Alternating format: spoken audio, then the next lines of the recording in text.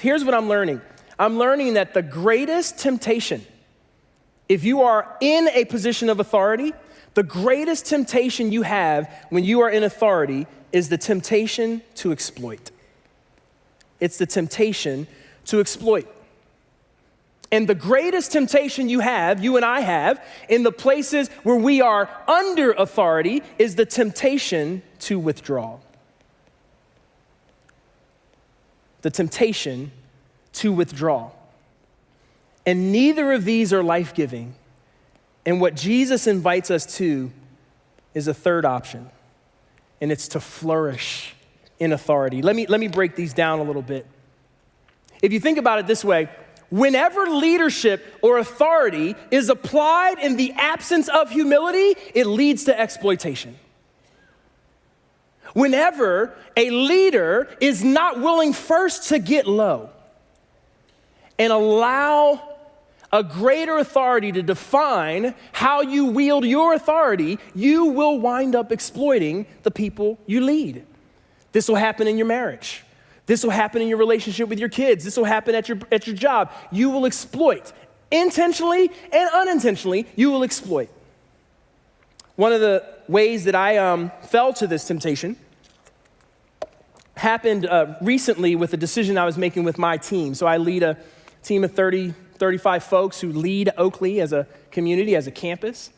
And great thing about Crossroads is we start a lot of things and we end a lot of things.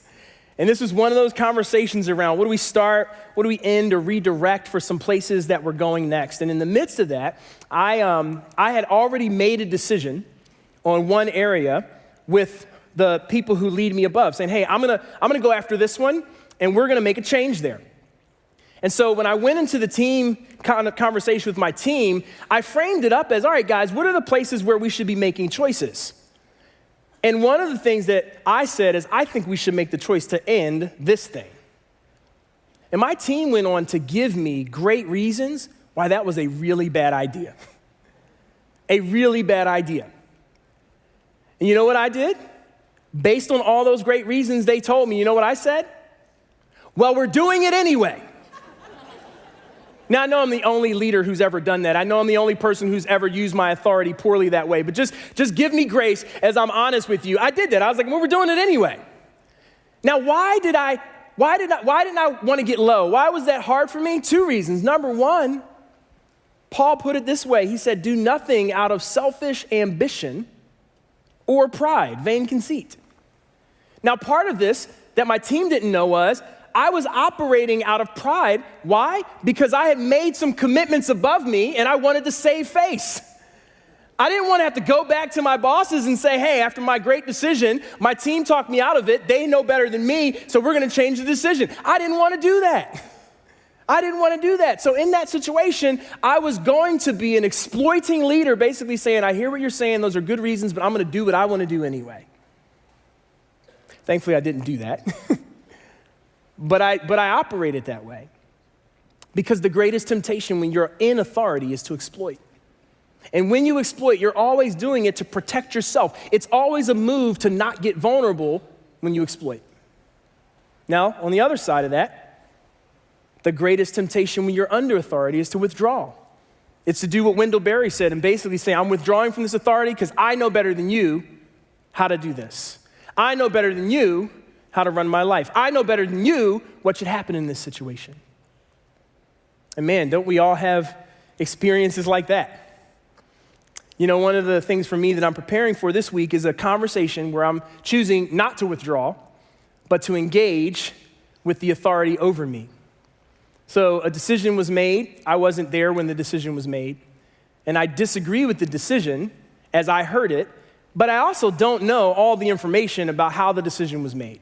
I don't. And so at my weekly one-on-one with my boss this week, we're going to talk about that. Surprise, surprise, we're going to talk about that. Now, we talk about things like that all the time. But here's what I know. I know my temptation will be, even before I get the information, it will be to go into that looking for a reason to disagree.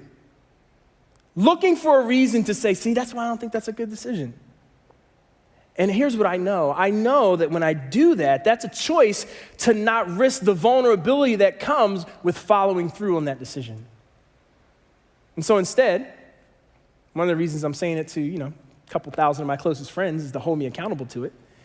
I want to go into that conversation instead choosing to trust that there are good reasons for that decision, whether I get to hear them or not in that meeting on Thursday. Choosing trust and not choosing suspicion. But that's hard. That's hard.